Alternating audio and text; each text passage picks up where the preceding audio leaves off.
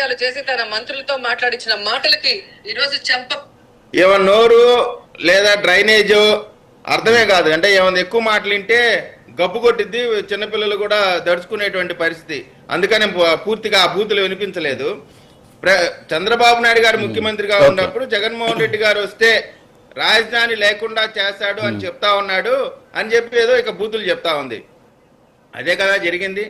చంద్రబాబు నాయుడు గారు చెప్పిందే కదా జరిగింది. 5 సంవత్సరాలు మీరు పెట్టిన మానసిక క్షోభతో ఆగిన వందల గుండెల సమాధానం ఎవడు చెప్తాడు?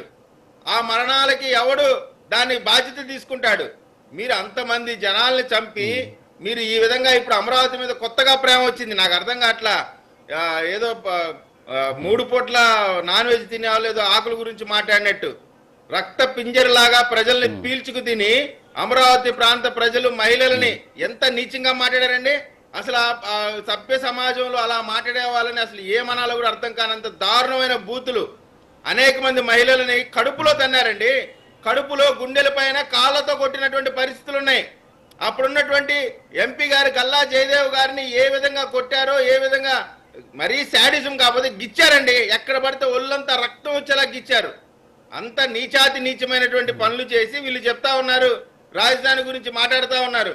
రాజధాని ప్రకటించిన తర్వాత అనేకమైనటువంటి కోర్టు కేసులు, ఇబ్బందులు అన్నిటిని కూడా పక్కకు తొలగించుకొని వాటన్నిటిని కూడా ఒక స్ట్రీమ్ లైన్ చేసుకొని రాజధాని నిర్మాణం మొదలుపెట్టిన తర్వాత అధికారం మారిన ఆంధ్రప్రదేశ్ రాష్ట్ర ప్రజల దౌర్భాగ్యం వల్ల మారిపోయినటువంటి పరిస్థితులు 5 సంవత్సరాలు కళ్ళు మూసుకొని కూర్చున్నారు. ఇంకా నదీ పరివాహక ప్రాంతం అంటున్నారు. నేను అడుగుతా ఉన్నానండి, న్యూఢిల్లీ ఎక్కడుందండి? న్యూఢిల్లీ ఎక్కడుంది? యమునా నది తీరాన ఉన్న మాట వాస్తవం కాదా? కలకత్తా ఎక్కడుంది? హుగ్లీ నది ఒడ్డున ఉన్నటువంటి మాట వాస్తవం కాదా? గాంధీనగర్ ఎక్కడుంది? సబర్మతి నది ఒడ్డున ఉన్నటువంటి మాట వాస్తవం కాదా?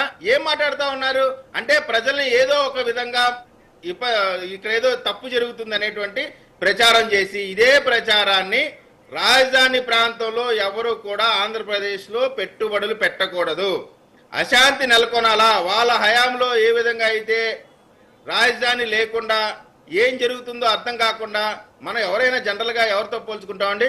అమెరికాతోనో చైనాతోనో మనం పోటీ పడాలని కోరుకుంటాం. దురదృష్టం మనం సౌత్ ఆఫ్రికాతో పోటీ పడాలి, సౌత్ ఆఫ్రికా లాగా మనం కూడా నాశనం అయిపోవాలి, గ్రూపులు రావాలి. సౌత్ ఆఫ్రికాలో ఏం జరుగుతూ ఉండదు? అనేకమైనటువంటి రాష్ట్రాల్లో, దేశాల్లో, సౌత్ ఆఫ్రికన్ దేశాల్లో ఏం జరిగిందండి?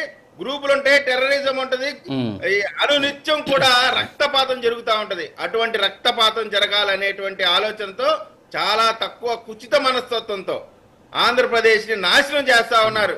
మీరు ఎప్పుడన్నా సరే జగన్మోహన్ రెడ్డి గారు ఒక మాట చెప్తే ఆ మాట మీద నిలబట్టడం చూసామండి? ఒక్క మాట మీద సరే మద్యపాన నిషేధం అన్నాడు, చేశాడండి?